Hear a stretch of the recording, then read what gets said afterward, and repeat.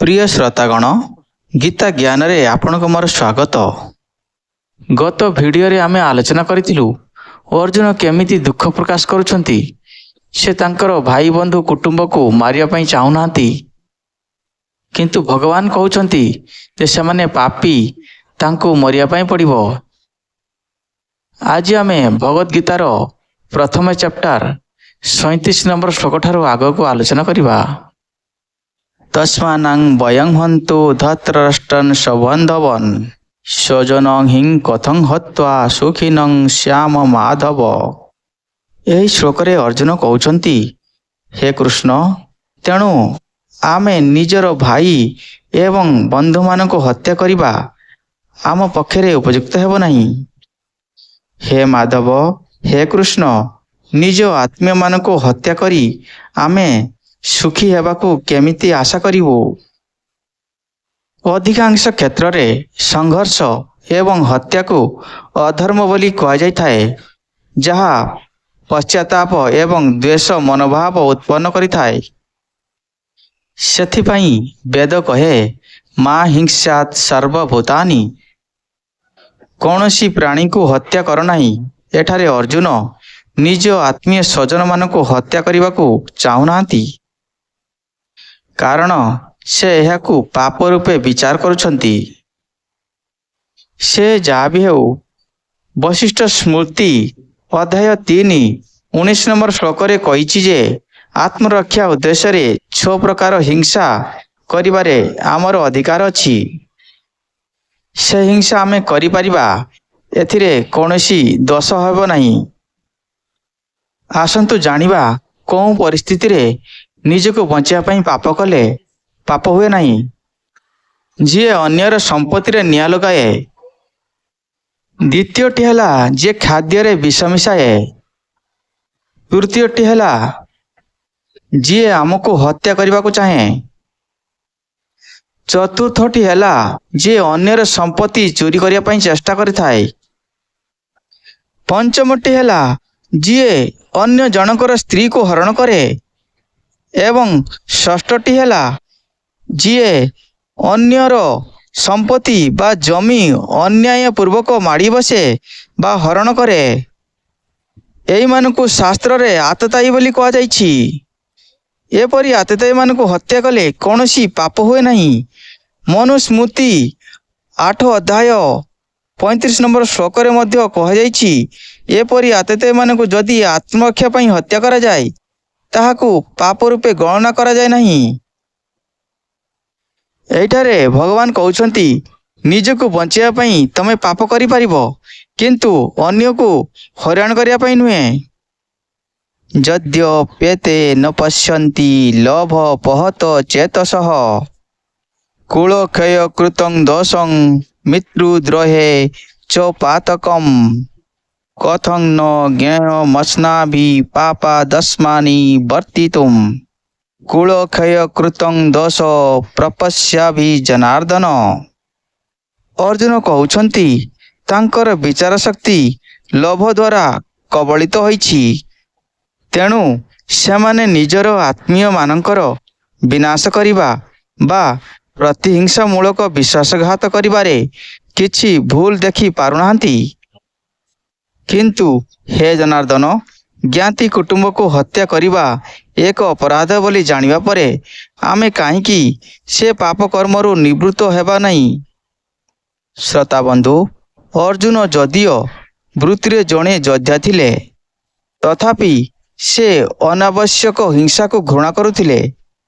महाभारत युद्ध शेष हवा परे एही घटना तांको चरित्रर एक पक्ष को सूचित करिथाए। कौरव पक्षरे 100 भाई मृत्युवरण करिया परे प्रतिहिंसा परायण होई द्रोणाचार्यंकर पुत्र अश्वत्थामा गुप्त रूपरे पांडव शिविर मध्य प्रवेश कले एवं द्रौपदींकर 5 पुत्रों को निद्रित अवस्था रे हत्या कले। अर्जुन तांको पशुपरी बांधी क्रंदनरत द्रौपदी पाद तल को नहीं आसीथिले। द्रौपदी कमल हृदय एवं क्षमाशील होइथिबा जगु से कहिले अश्वत्थामा गुरु द्रोणाचार्यंकर पुत्र अटंती, तेणु तांको क्षमा करदेवा उचित। ଅନ୍ୟ ପକ୍ଷରେ ଭୀମ ଅଶ୍ୱତ୍ଥାମାଙ୍କୁ ତତ୍କ୍ଷଣାତ୍ ହତ୍ୟା କରିବାକୁ ଇଚ୍ଛା କରୁଥିଲେ। ଦ୍ୱନ୍ଦ୍ୱରେ ପଡ଼ି ଅର୍ଜୁନ ତାହାର ସମାଧାନ ପାଇଁ ଶ୍ରୀକୃଷ୍ଣଙ୍କ ଆଡ଼କୁ ଚାହିଁଲେ। ଭଗବାନ ଶ୍ରୀକୃଷ୍ଣ କହିଲେ, କ୍ଷଣକ ପାଇଁ ସେ ପୁଣ୍ୟଚ୍ୟୁତ ହୋଇଯାଇଥିଲେ ମଧ୍ୟ ଜଣେ ସମ୍ମାନସ୍ପୃଦ ବ୍ରାହ୍ମଣ ନିଶ୍ଚୟ ଭାବରେ କ୍ଷମାର ଯୋଗ୍ୟ ଅଟନ୍ତି। କିନ୍ତୁ ଯେଉଁ ବ୍ୟକ୍ତି ମରଣାସ୍ତ୍ର ଧରି ହତ୍ୟା କରିବା ଉଦ୍ଦେଶ୍ୟରେ ଆସିଥାଏ, ତାକୁ ନିଶ୍ଚିତ ଭାବରେ ଦଣ୍ଡ ଦେବା ଆବଶ୍ୟକ। ଅର୍ଜୁନ ଏହି ଅର୍ଥ ବିଶିଷ୍ଟ କୃଷ୍ଣଙ୍କର ନିର୍ଦ୍ଦେଶକୁ ବୁଝିପାରିଥିଲେ। ସେ ଅଶ୍ୱତ୍ଥାମାକୁ ହତ୍ୟା କଲେ ନାହିଁ। ତା ପରିବର୍ତ୍ତେ ତାଙ୍କ ମସ୍ତକର ବ୍ରାହ୍ମଣ କେଶକୁ କାଟିଦେଲେ, କପାଳ ମଣିକୁ କାଢ଼ି ନେଲେ ଏବଂ ତାଙ୍କୁ ଶିବିରରୁ ବିତାଡ଼ିତ କରିଦେଲେ। ତେଣୁ ଯେତେଦୂର ସମ୍ଭବ ହିଂସାରୁ ନିବୃତ୍ତ ରହିବା ଅର୍ଜୁନଙ୍କର ସ୍ୱଭାବ ଥିଲା। ଏଇଠାରେ ସେ କହୁଛନ୍ତି ଯେ ଆତ୍ମୀୟ ସ୍ୱଜନ ଏବଂ ବୟୋଜ୍ୟେଷ୍ଠ ବ୍ୟକ୍ତିକୁ ମାରିବା ଅନୁଚିତ ଅଟେ। ଋତି ପୁରୋହିତୋଚାର୍ଯ୍ୟେତର ମାତୁଳା ତିଥି ସଂଶ୍ରିତେ ପାଳୟ ବୃଦ୍ଧା ତୁରେର ବୈଦ୍ୟେର ଜ୍ଞାନ୍ତି ସମ୍ବଧି ବାନ୍ଧବେ। ଅନୁସ୍ମୃତିରେ କୁହାଯାଇଛି, ଯଜ୍ଞ କରୁଥିବା ବ୍ରାହ୍ମଣ, କୁଳଗୁରୁ, ଶିକ୍ଷକ, ମାମୁଁ, ଅତିଥି, ଯେଉଁମାନେ ଆଶ୍ରିତ, ଶିଶୁ, ବୟସ୍କ ଏବଂ ବନ୍ଧୁବାନ୍ଧବଙ୍କ ସହିତ କଳହ କରିବା ଉଚିତ ନୁହେଁ। ତେଣୁ ଅର୍ଜୁନ ନିଷ୍ପତ୍ତି ନେଉଛନ୍ତି ଯେ କୌରବମାନେ ଲୋଭର ଦୋଷୀଭୂତ ହୋଇ ସତ୍ପଥରୁ ବିଚ୍ୟୁତ ହୋଇପାରନ୍ତି ଏବଂ ବିଚାର ଶକ୍ତି ହରାଇ ପାରନ୍ତି, କିନ୍ତୁ ପାପକର୍ମ କରିବାର କୌଣସି ଇଚ୍ଛା ନଥାଇ ସେ ଏପରି ଏକ ଘୃଣ୍ୟ କାର୍ଯ୍ୟ କରିବେ କାହିଁକି? କୁଳକ୍ଷୟେ ପ୍ରଣଶ୍ୟନ୍ତି କୁଳ ଧର୍ମାଃ ସନାତନାଃ ଧର୍ମେ ନଷ୍ଟେ କୁଲଂ କୃଷ୍ଣ ମଧର୍ମ ବିଭବତ୍ୟୁତ। ଯେତେବେଳେ ବଂଶ ନାଶ ହୋଇଯାଏ, କୁଳ ଧର୍ମ ମଧ୍ୟ ଧ୍ୱଂସ ହୋଇଯାଏ ଏବଂ ବଂଶର ଅନ୍ୟମାନେ ଅଧର୍ମରେ ଲିପ୍ତ ହୋଇଯାନ୍ତି। ଶ୍ରୋତାବନ୍ଧୁ, ପ୍ରତ୍ୟେକ ପରିବାରର ପୁରାତନ ପରମ୍ପରା ଏବଂ ପରମ୍ପରାଗତ ପ୍ରଥା ରହିଛି, ଯାହା ଅନୁସାରେ ପରିବାରର ଗୁରୁଜନମାନେ ମହତ୍ ଗୁଣ ଏବଂ ଆଦର୍ଶ ଗୁଡ଼ିକୁ ତାଙ୍କର ପରବର୍ତ୍ତୀ ବଂଶଜମାନଙ୍କୁ ହସ୍ତାନ୍ତର କରିଥାନ୍ତି। ସେହି ପ୍ରଥା ଗୁଡ଼ିକ ପରିବାରର ସଦସ୍ୟମାନଙ୍କୁ ମାନବୀୟ ଗୁଣ ଏବଂ ଧର୍ମଯୁକ୍ତ ସତ୍ପଥ ଅନୁସରଣ କରିବାକୁ ସାହାଯ୍ୟ କରିଥାଏ। ଯଦି ପରିବାରର ବୟୋଜ୍ୟେଷ୍ଠ ବ୍ୟକ୍ତି ଅକାଳରେ ମୃତ୍ୟୁବରଣ କରନ୍ତି, ତାଙ୍କର ପରବର୍ତ୍ତୀ ବଂଶଧରମାନେ ପରିବାରର ଏହି ଶିକ୍ଷା ଓ ପଥ ପ୍ରଦର୍ଶନରୁ ବଞ୍ଚିତ ହୁଅନ୍ତି। ଅର୍ଜୁନ ଏହା ସୂଚିତ କରି କହୁଛନ୍ତି, ଯେତେବେଳେ ବଂଶ ଲୋପ ପାଇଯାଏ, ତାହା ସହିତ ବଂଶ ପରମ୍ପରା ମଧ୍ୟ ସମାପ୍ତ ହୋଇଯାଏ ଏବଂ କୁଳର ଅନ୍ୟ ସଦସ୍ୟମାନଙ୍କଠାରେ ଅଧର୍ମ ଏବଂ ଦୁଶ୍ଚରିତ୍ରତା ବୃଦ୍ଧି ପାଏ, ଯଦ୍ୱାରା ସେମାନଙ୍କର ଆଧ୍ୟାତ୍ମିକ ଉନ୍ନତି ସମ୍ଭବ ହୋଇନଥାଏ। ତେଣୁ ତାଙ୍କ ମତରେ ପରିବାରର ବୟୋଜ୍ୟେଷ୍ଠମାନଙ୍କୁ ହତ୍ୟା କରିବା ଉଚିତ ନୁହେଁ। ଅଧର୍ମା ବିଭ ବାତ୍କୃଷ୍ଣ ପ୍ରଦୁଷ୍ୟନ୍ତି କୁଳ ସ୍ତ୍ରୀଃ ସ୍ତ୍ରୀଷୁ ଦୁଷ୍ଟାସୁ ବାର୍ଷେୟ ଜାୟତେ ବର୍ଣ୍ଣ ସଂକରଃ।